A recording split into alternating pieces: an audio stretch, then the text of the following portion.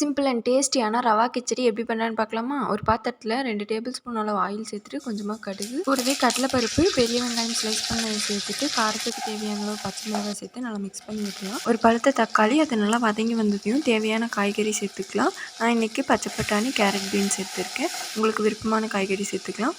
கொஞ்சமாக மிக்ஸ் பண்ணி விட்டுட்டு தேவையான உப்பு, கொஞ்சமாக மஞ்சள் தூள், காய் வேகிற அளவுக்கு லைட்டாக தண்ணி விட்டு வேக விட்டுடலாம்.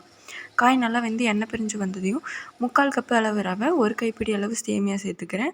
உங்களுக்கு எப்படி விருப்பமோ அப்படி சேர்த்துக்கலாம்.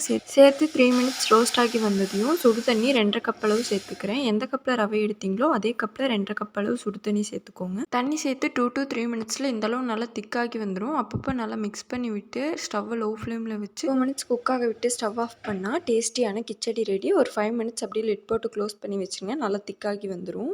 கிச்சடி கூட தயிர் சேர்த்து சாப்பிடும்போது ரொம்பவே டேஸ்ட்டாக இருக்கும். உப்புமா பிடிக்காதவங்க கூட இதை ட்ரை பண்ணலாம். சூப்பராக இருக்கும்.